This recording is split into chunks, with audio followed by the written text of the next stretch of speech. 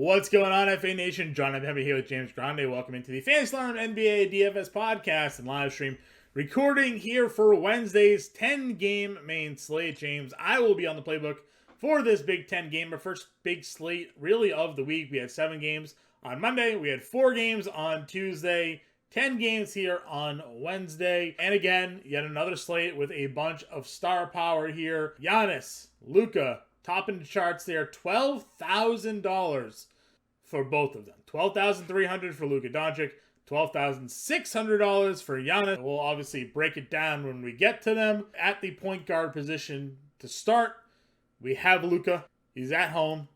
He's got Dallas. He's got Utah against Dallas here. He is Dallas. He is Dallas. Is he worth the money, though? We had this conversation about Giannis the other day. We said he didn't have to pay up for Giannis if he didn't feel like it because of the way the slate broke out. And that was the right decision. Giannis finished with only 44 fantasy points. $12,600. He has the exact same matchup. It's a bigger slate this time. It was a 7-gamer on Monday. Bigger slate here, 10 games. But with Luka and with Giannis, is $12,000 too much to be paying for them right now? Probably. We know the upside of both. We know both can go for 70. We know both can go for... This slate will provide us with more value if you would like to go there. So you have that in your back pocket. There's a lot of injury news to sift through. So if you want to go Luka, if you want to go Giannis, by all means, we're not going to tell you no. But like we told you on Monday, it doesn't feel necessary at these price points. On FanDuel, John, Luka 11.8. Giannis 11.6, so I think a little more feasible over there. More reasonable. The one thing we talk about here is we like playing Luka and Giannis because, they're one of the few on the slate that can get you 60, can get you 70 fantasy points. But when Giannis is 12, so he's almost $13,000, right? Yeah, that's crazy. Like 5x is 65 points, yep. Right? So Luka 5x is going to be 61.5. So, like, that perceived upside that we like getting them at when they're 10K or 11K, when they're like, oh, 6X for 60, 7X for 70. Well, now that's 5, right? So now you're paying top price dollar for a 5X play, hoping we get, like, that Luka OT game, the other day where he went for 84 or whatever it was, just to get you 6 or 7X. So, again, this is a larger slate. You're going to have more roster combinations. We've seen a lot of these similar matchups already this year. Boston's facing Cleveland again, as we mentioned. We have the Detroit versus Milwaukee running it back with one another. So Clippers, Houston playing again. The NBA schedule, for one reason or another, it's like the schedule makers are just lazy. They just keep on throwing all these teams running up against each other back to back. Roster construction will be interesting here because, like I said, Luka is at 12.3. John Morant against Portland here is at 10.3. There's no Damian Lillard again for this matchup. Trae Young at 99 against the Knicks is a pretty appealing spot for him here. We love going at the Knicks guards, even with Jalen Brunson there now. Darius Garland's going to be back, so I don't know if Donnie Mitch at 94 makes a lot of sense. That said, we saw Donovan Mitchell put up some really strong numbers earlier this year, even with Garland playing, but we know point Donnie greater than non-point Donnie, so you can kind of go back and forth on that decision making. And then DeJounte is your other 9K guard here. I know they both have multi-position eligibility, the last two guys, but breaking down that 9K and above range at point guard, are you paying for Luka? Do you like Ja versus Trae? Like, how are you breaking it down? I mean, I think we both stand firm on you can play Luka, you can play Giannis if you'd like. Don't have to. I think we're both there. The Morant thing, it becomes very interesting if Desmond Bane is ruled out again. He is questionable going into Wednesday's slate. So I think Ja, has massive upside. 31 minutes, 48 fantasy points. He's nuts. We know that. Trae is the New York Knicks' father. I think at birth they gave Ice Trae he has owned the Garden. He loves that environment. And outside of that Toronto game, he had been dominating. So I think you could definitely go to Trae. 10 turnovers in that Toronto game. Yeah, it was just bad. Triple-double for Trae. 14 that's points, minus 10 assists. 20 points on Trae. I know. I mean, minus 10. Minus 10, right, minus 10, yeah. But still, minus way more than you ever want. Do you worry that this is their 5th straight road game? Maybe, I guess. Like, every team seemingly goes on these treks throughout the season. Maybe it's good for them to get it out of the way early in the year. And plus, he had been shooting really well coming into that game. And it's what we talked about. We were talking about it last week. When Trae gets going, because everything else is coming along with the bad shooting, he's going to put up monster numbers. Right. And he did. and then he had a bad game against Toronto, and that's fine. Toronto's can be good defensively, a slow-paced team. The Knicks haven't really been that good defensively this year, so he's been really good in the Garden. I like Trey. I'm 100% on board with Donovan Mitchell in terms of not going there. I guess Garland's officially listed questionable, but he did full practice. I think there's an expectation point, he's going to play. I thought I saw an update earlier that he's probably going to go. So okay, so but I'm not going to play Mitchell at 94 if Garland plays. Okay, and same thing with DeJounte. We'd rather play Trey than DeJounte at this point. Yep. Guys under $9,000. CJ McCollum's at 86 against the Lakers. Drew Holiday against Detroit. Another big night out of him here. 66 and 52 fantasy points the last two for Mr. Drew Holiday. Detroit again played close basketball. So despite it was a 12-point spread, I think, in that game, and they almost won. So I don't know if Detroit's going to get blown out. Honestly, I think Cade Cunningham is actually just too good at this point, and the team around them is better with Jaden Ivey and whatnot. So $8,200, dude, he got a price drop from his last game. So only $200, but I think Drew Holiday is going to find himself very much in the conversations. Same with Cade Cunningham. Again, another big-time performance out of him. 48 or more now in 4 straight games, and what we thought were going to be tough matchups against Golden State and against Milwaukee haven't been. So, again, number 1 overall pick last year. He had a tremendous second half of last season. He's that guy. He's just that guy. He is that guy. And Drew Holiday's giving us reasons, again, as to why you don't need to spend up on Giannis. Because he's provided more incredible value, $4,000 cheaper than his teammate. Playbook Lopez. Yeah, right. Another guy in Holiday who started off the season shooting poorly. Now 3 games that he shot over 45%. We've gotten 48, 52, 66%. Yep. So no Chris Middleton. No Chris. Yeah, Giannis is the clear-cut number 1 option. Drew Holiday is the clear-cut number 2. Yep. KBJ, Fred VanVleet should be back for this game against San Antonio, I believe. Yes, he's back. Did not play the other day, so we'll have to be on the lookout for that one. Anthony Simons here, $7,600. He had a 50-burger and is starting against Houston, so we know what he can be like without Dame Lillard there. Tyler Hero, injured tonight. Didn't return to that game. It seems he's questionable to play with the eye injury for Wednesday, so be on the lookout for that one. That's your 7K range. Yeah, not a lot of interest in KPJ. We just saw this matchup. It's just slow. For the Clipper side, I love it. For the Houston side, I don't. Clippers play really slow and they're good defensively, and Houston plays really fast and they're bad defensively. So we saw Paul George explosion. Doesn't really not really shocking there. The KPJ struggles doesn't really surprise me either. Right. So out on KPJ, Simons, I think very highly of him, and when he gets going, he just doesn't miss. It just feels like he's making everything. He has 2 games with 7 or more made threes this year. So definitely in play for tournaments. I think Memphis defense looks terrible this year. They've been blown out a couple times too. Yeah. To Utah once and to Dallas another time. Yeah, and it looks like Hero. I'm probably not going to play VanVleet. This version of the Spurs just keeps getting worse.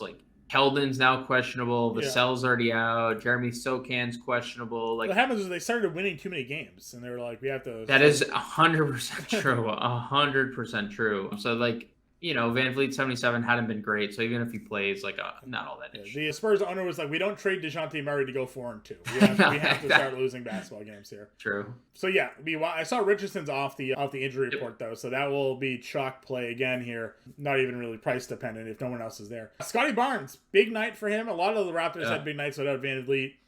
Plays point guard when those guards are out. I would go back to him.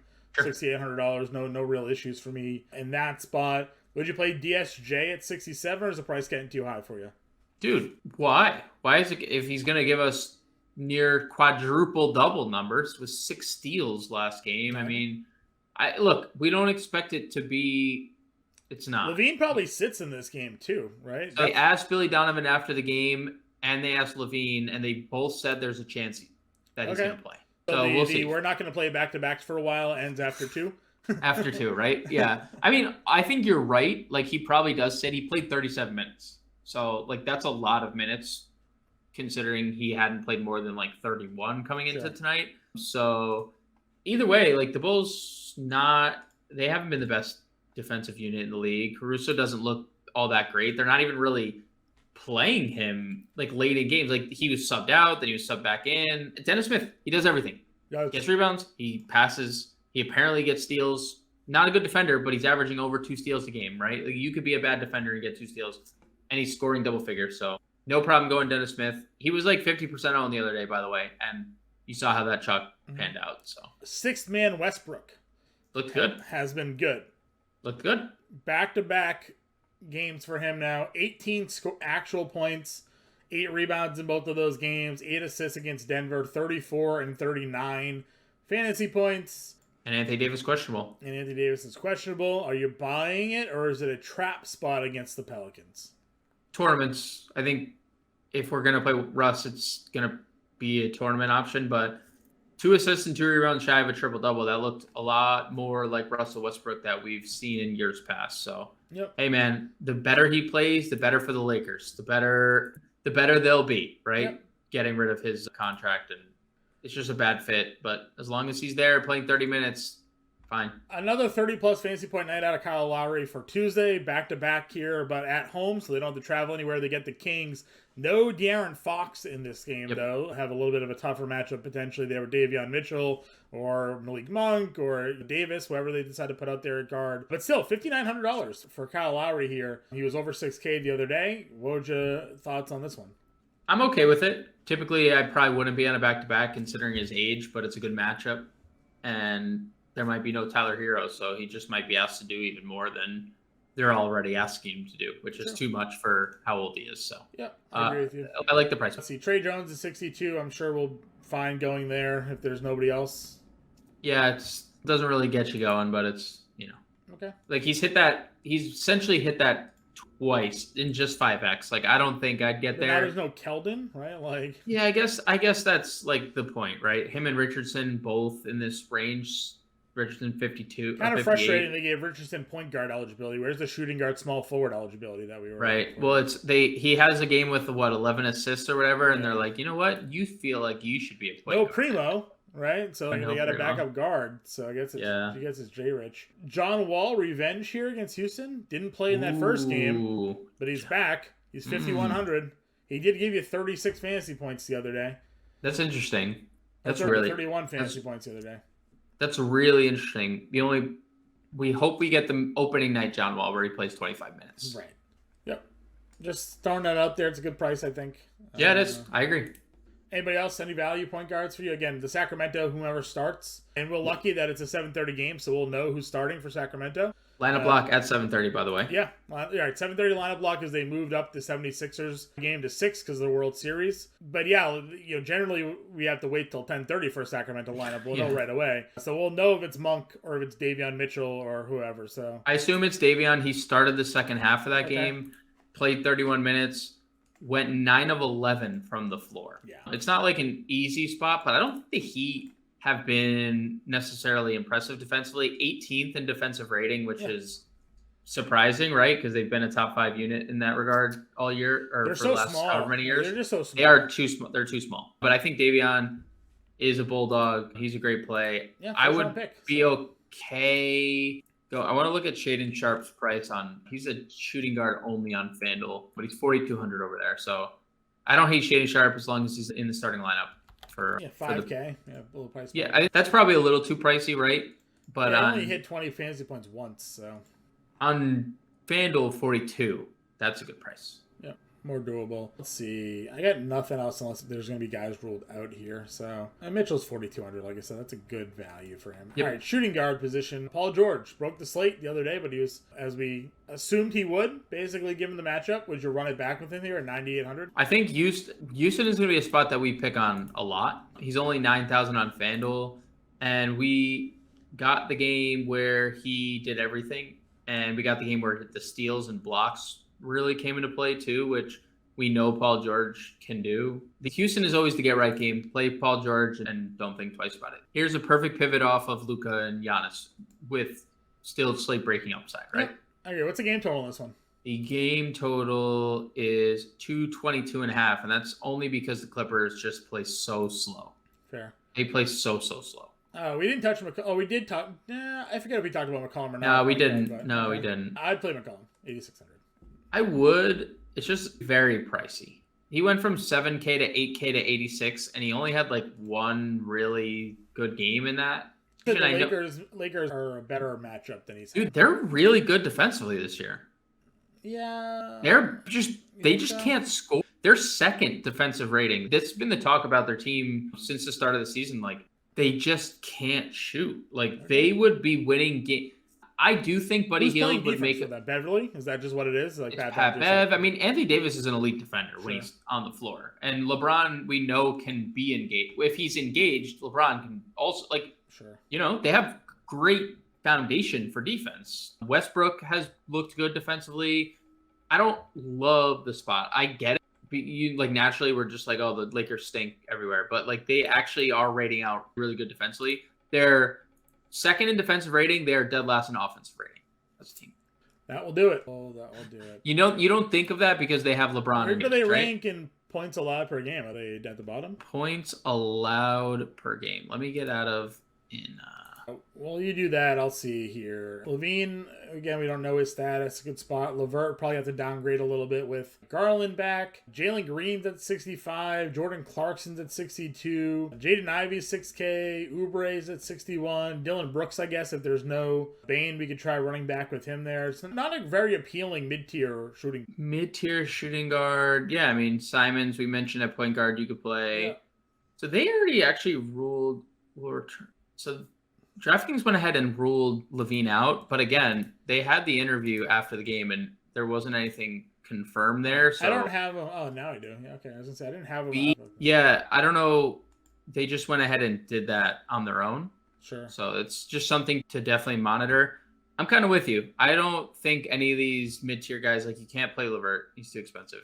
If Desmond Bane's out, like Dylan Brooks 59 feels like the next best spot, right? Yeah, we talked about Richardson 58, like he'll probably be pretty popular. Maybe Kevin Huerter with no Aaron Fox. He had a monster game. Back-to-back monster games against Miami and Charlotte. He has his Miami matchup again, but 27 and 26 actual for him. He's 16 of 27 shooting the last 2 days. He's 12 of 18 from 3 during that stretch. Some big-time ceiling games here for Huerter. How popular do you think he is? This feels like chalk. I feel like if we get our first run of ownership and he's popular, I don't want to play him. It might be a fade. In Miami, we feel like historically has been a bad spot, but I mean, who knows? Like you said, they haven't been that great defensively. They play small. Max Struss possibly starting maybe changes that a little bit for me. Like he's just kind of like a scrappy energy guy. Yeah. You know? Lakers 110 points per game, third best in the West. Okay. That's a lot of points to allow to be like a good defensive team too. Well, there's only 5 teams in the NBA allowing less than 110 points. Right. That's what I'm saying. Like the league on itself is just giving up a lot of points. Yeah, they're just giving up. I mean, you're not wrong. Like the Lakers obviously can be scored on. They only have 1 win. People are scoring on them. They haven't been, I think, as bad defensively as. Yeah, I won't argue with you. Let's see. We talked about Mitchell already at 42. I mean, if Levine does sit, like the Bulls guys are just back in play because we don't know about Kobe White either. Like Kobe White said he wants to try to play today. If he doesn't, he'll play Friday. So AO would be in play if Levine sits and Kobe White sits again. Interesting. So I guess it depends on who's in or out, but Roddy played 27 and 29 minutes against Utah for back-to-back games. He went over 8 shooting in the second one, but we lived through the KJ Martin experience already, but $3,600 if like Bane is out again and those guys are out, like would you consider David Roddy here again? I want to popcorn machine it. Sure. Because blowout run? It was a blowout. Yeah. He played 27 minutes in the 1-point game, the game before that. That one didn't have Morant in it. Edmund.com, and it was the worst. Yeah. Because it's a .net. David Roddy. Contra played in those games, too. 28 and 26 minutes, so like... Contra started this game, by the way, without Bane. Right, he started without Bane. Roddy subbed for Santi Aldama. Roddy was the first one off the bench. Yeah. To your point. He actually got a lot of first half run. He had 15 of his minutes in the first half. So yeah, he played 28. So I mean, that's good. No, that's great. That's great. So $3,600 for David Roddy then. If he was their first round pick, right? Wasn't he one of their first round picks? They had couple of them. I'm unsure, but you get the Google machine there. You can check it out. I'm fairly certain he was. Yeah, for 23rd overall pick out of Colorado State. There you go. So yeah, again, throwing him out there, $3,600. The guys are out. Roddy has been playing back-to-back 26, 27 minutes, so something to pay attention to. Oh, Romeo Langford, John. Oh, 34. Yeah. Romeo started. We're gonna have to take a look at the Spurs. He played 32 minutes. Yeah, 34. 34, yeah, sorry. 34 minutes. 22. Never a good shooter, but in Boston, he was actually a pretty decent defender, and he had 2 steals and a block. That's his MO, right? Like, super good defender. Yeah, just athletic. Can't do anything offensively. Yeah, he was so the last 2 guys the Celtics drafted were Aaron Nesmith and Romeo Langford, and they would come in the game and just flash like good defensive like ability. So right, but their shooting was just so crazy raw. But yeah, if he's gonna play 34 minutes at 3,200, like you're gonna have to put him in your lineup, I think.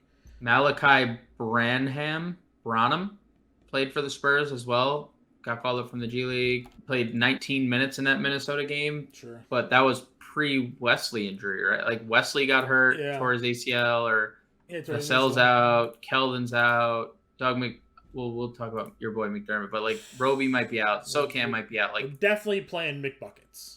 Yeah, I know you are. But so yeah, Langford is 32 and Branham is $3,000. So 2 more values for you. Good call there. It'll be interesting. Did Richardson play last game or was he out?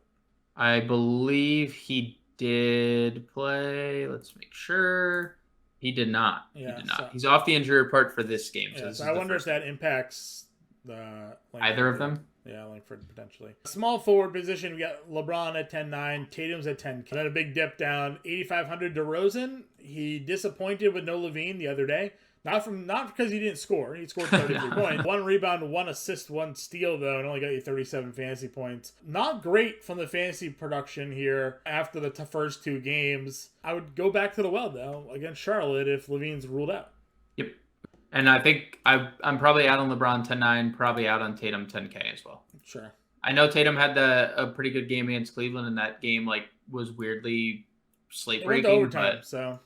Yeah, aided by overtime. I'm probably out, and DeRozan's the first interest in that small forward. I think Dallas is kind of like a fantasy killer here. Yeah, 100%. So I don't know if I want even though Markkanen's coming off of just some monster games, like it feels like anybody I play against Dallas does not have a good fantasy day. Yeah, I think that is pretty accurate. They're like top half of the league in defensive rating. So and they usually play at a slow pace. I think we found last year too, right?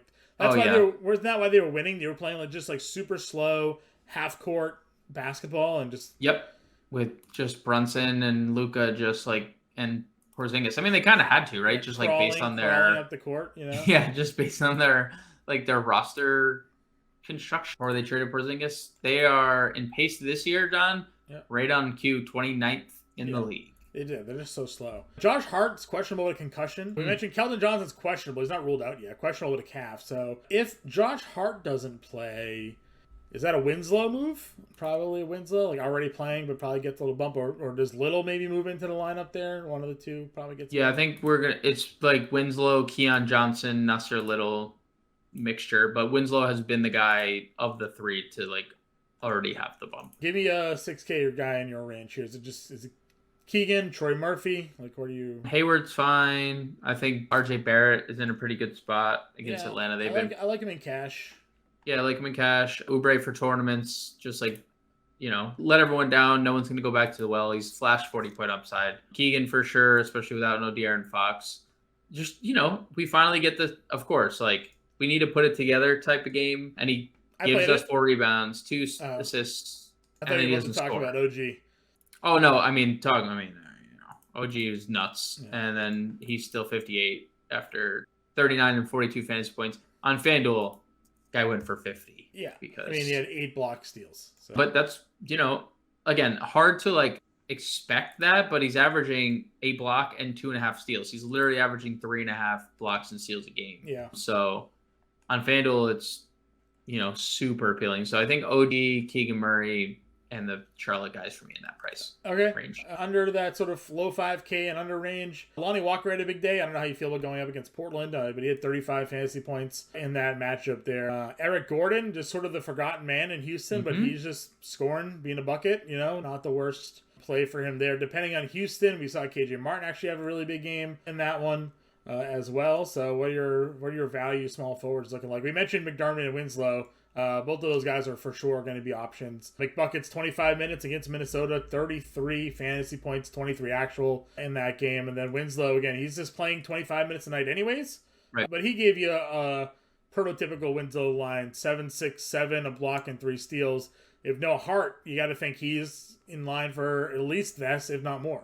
Yeah, I think those two are the clear-cut values, McDermott and Winslow. You know, you could throw KJ Martin into the mix, but he's a wild roller coaster ride. Yeah, needs Tate to be out for sure. I would say those two guys for me. You could play David Roddy at small forward. You could play Romeo Langford at small forward. 3,900. You could play Troy Brown at small forward. I think Brown is probably better off if 80 sits. I think there's just like better. Like I would rather just find a couple hundred to get to the guys right above him in McDermott and Winslow, or just go down to Roddy over Troy Brown. I think Troy Brown I'm telling you, we got to stop playing the low floor guys. We just got it. Yeah, I agree with you. We got it. That being said, we're talking about Romeo Langford. So what do we? Yeah, well, he's playing 34 minutes. So. That's fair. All right, power forward, Giannis is at 12.6 again. We'll never tell you not to play him, but I just think the price is too high at this point. Yep, really good value for all the people that do want to play Giannis. But yeah, you'll fit him in there, but I feel like we talked about a couple guys in 9K range that could give us 50 to 60. So agreed. Not for me. D, if he's healthy against the Pelicans, you got to love that potential revenge game narrative spot there for him at 91. Buckets gets Sacramento. Zion gets the Lakers. Randall against Atlanta. Thoughts on that grouping? I mean, AD revenge narrative has crushed the Pelicans in the past. Yeah, he's very very angry.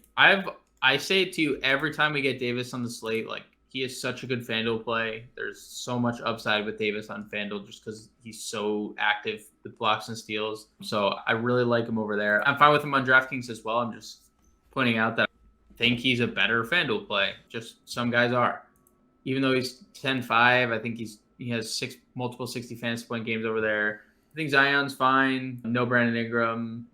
Showing a little more upside than McCollum at like a similar price point. They're $100 off. I feel like there's just a higher ceiling for Zion if we're gonna do this rebound and assist thing. If we're getting this kind of Zion, then sure. He's giving you a steal in every game so far this season. Right. Like, this is what we need to see out of him. So, and first time this year getting to go out. Well, I guess he played versus the Clippers, but now he gets to play against the Lakers, right? Like, it's the Lakers crowd versus the Clippers crowd. I think you gotta love that. No interest, honestly, in Butler at 88. Like, we need a low 8K price tag, I think, to feel like comfortable about it. Under 7K. There's not a ton that I'm a fan of. Collins fouled out last game. I know he can go off and have good spots, but the shooting volume hasn't really been there because Trey and DeJounte are just taking a bunch of shots. Grant's been really a zero for Portland for a lot of this season. Yeah. Playing next to Nurkic probably is hurting him. Obviously, high volume guard shooters. Mobley bores me. He just hasn't had an opportunity because they get more powerful guards. Keegan Murray, Jabari Smith, blah. I played Bobby Portis the other day, but they got him at 6K here. I know, it's steep increase. Yeah, I would still probably play it, but obviously 35 points at 54 is better than 35 points at 6. Right. But 3 double-doubles in the last 4 games while playing no more than 28 minutes. So, right. Like, I'm a fan of that production. So, well, no Middleton allows them to, you can keep Portis. I don't know, like, there's ways to like move their lineup around, and plus you have Portis able to play backup 4 and backup 5, and that's clearly the role that they're using him in, and the role he's best suited for because that maximizes him. So yeah, no room for error at 6K, but good price for, I think, tournament specific. Bojan's still not missing. Signed that check and just came out, started shooting still. So still not missing. 20 or more actual in 5 straight games. Maybe one day he'll go cold, but doesn't seem like it's happening anytime soon here. We got a big back-to-back big games out of PJ Washington. What do we think? We finally finding some consistency here, or just good matchups against Golden State and Sacramento for him? Yeah, lightning in a bottle, maybe. I mean, like, we know he's a decent player. He can do a little bit of everything, and he's showing that offensively. So they've needed him. He's done it. Tournaments, I don't hate it. Let's see what his FanDuel price is, because 63. Yeah, it's a pretty good price on DraftKings, man. We can ride with PJ Washington here. Max Struss is still 5K. It feels like he's been 5K every game this year. Yeah, pretty much every slate. 31 tonight. He went for 22 against Sacramento in 34 minutes. 25. Like, I will probably play a lot of Max Struss here tonight in the slate. So yeah, I think tournaments, but it's a good spot against Sacramento. Yeah, I agree with you. Kevin Love had 44 fantasy points in 22 minutes against the Knicks. I don't think we could chase that, but it is his second 40 fantasy point game of the season while never playing more than 23 minutes. So do with that information as you will. If he gets hot from 3, his ceiling is 40 plus fantasy points. So right. Yep.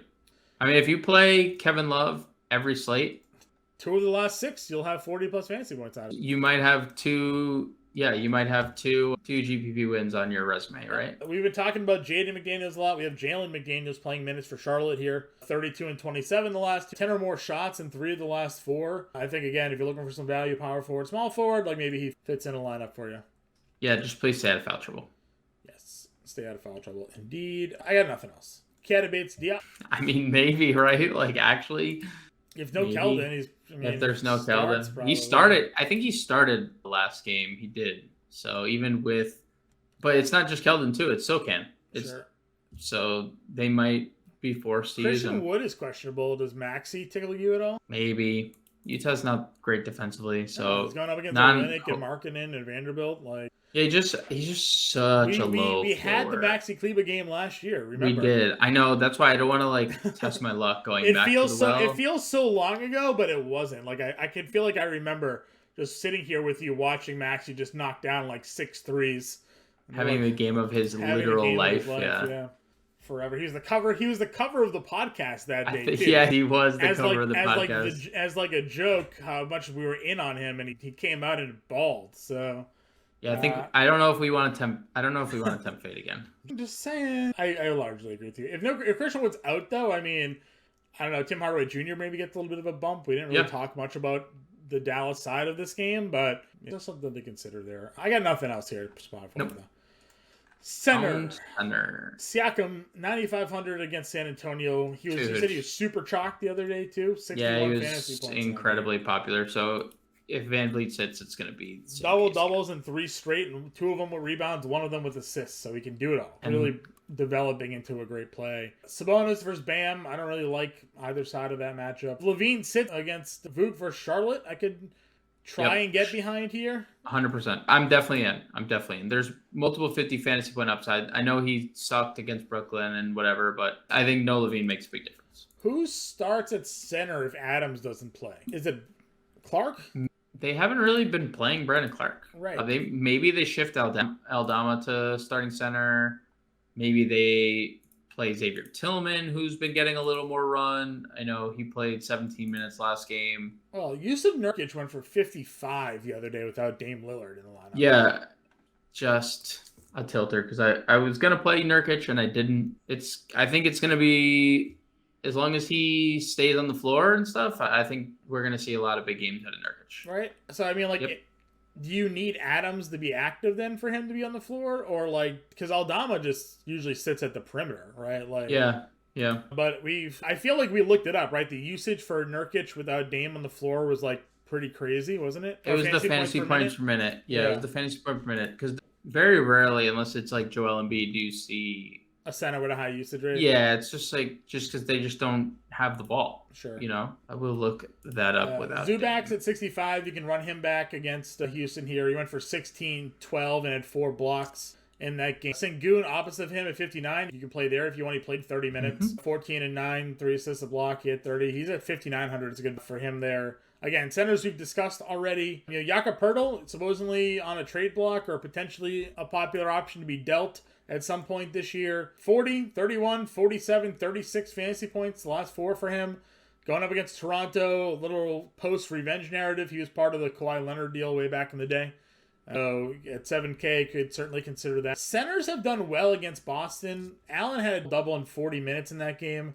It was a low-end double. I don't know if you want to tempt that one. Mobley also had 43 fantasy points in that game, 19 and 10 for him, but again, overtime. Right. But again, the Boston front court without Rob Williams is just abysmal. So Yep.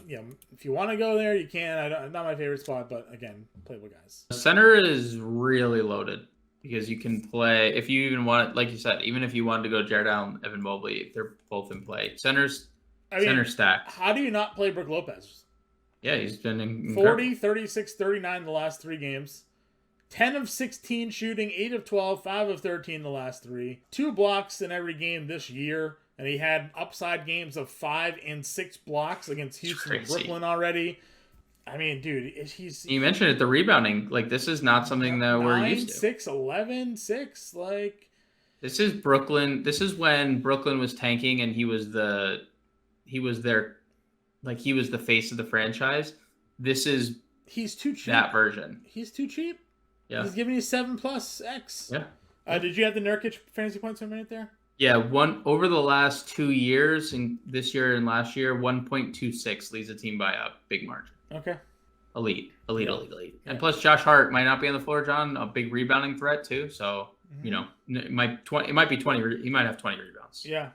Let's see here. Yeah, I'm just looking at Clark, but he's just so small. Plumlee's at 47. They're going to need him out there probably against Vooch.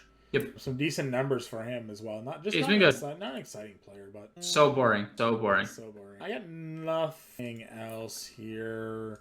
Hartenstein's played 28 and 27 minutes the last 2 games. Is that foul trouble induced by Mitchell I would assume so. 5 fouls in each of the last 2 games. But I mean, does DeJounte and Trey and Collins get him in foul trouble? I don't know. I mean, dude. You could probably get him in foul trouble. So. Sabonis, I just watched Sabonis foul out against Mason Plumlee, so anything is possible. And Zach also, Collins is 4,100. Yeah, and they're again down a bunch of guys. And Zach Collins, before coming to San Antonio, before all the injuries, when he was on Portland, played some power forward. So if they need him to play power forward with all the people, 23, 20, 30, 23 fantasy points the last 4 games for him. High of 23 minutes came last game against Minnesota. 9, 6, and 2. He's got a block and a steal in each of the last 4 games. I'm a big Zach Collins guy. He's $4,100. Yep. I know we didn't mention. Look, I know you didn't mention Sabonis, and I can't say I blame you, but it is maybe worth mentioning. No, De'Aaron Fox, could be 7 assists, 16 boards. Could be something there, right? Yeah, I just don't know about the Bam matchup. I guess that's my question. Yeah, I mean, just might as well just get it out of the way. He fouled out against Bam 2 nights ago. So he's fouled out. He's just fouling out three times this year. 3 of the 6 games he's fouled out. The Jaren Jackson School of Defense, hosted by Domantas Sabonis.